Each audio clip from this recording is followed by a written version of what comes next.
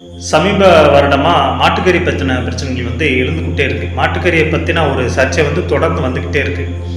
இது அரசியல், திரைப்படம் வரைக்கும் இன்னைக்கு வந்திருக்கு. மனித வாழ்வில் மாட்டுக்கறி எவ்வளோ முக்கியமானது அப்படிங்கிறது, உலக அளவில் அதிகமாக அசைவ உணவுகள் சாப்பிடக்கூடிய உணவாக மாட்டு இறைச்சி பயன்படுத்தப்படுகிறது. உலகே பெஸ்ட்டு மாட்டு இறைச்சியை கொடுக்கறதுக்கு சில பேர் நிறையா ட்ரை பண்ணிக்கிட்டு இருக்காங்க.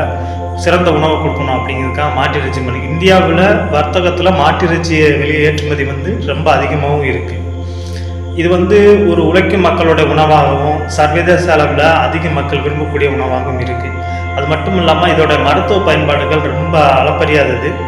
உடலுக்கு நன்மை தரக்கூடிய நிறைய சத்துக்கள், புரதங்கள் போன்றவையெல்லாம் அந்த மாட்டு இறைச்சியில் இருக்குது. ஆனால் இந்த மாட்டு இறைச்சி சாப்பிடுவங்களை தொடர்ந்து இழிவுபடுத்தி கொண்டே இந்த சமூகம் வருகிறது. மாட்டிறைச்சி சாப்பிட்றது மிகப்பெரிய பாவ செயல் அப்படிங்கிற போன ஒரு பிம்பத்தை தொடர்ந்து உருவாக்கிட்டே வராங்க. மாட்டிறைச்சி என்பது ஒரு உணவு தான். மனிதன் ஒரு அனைத்துண்ணி.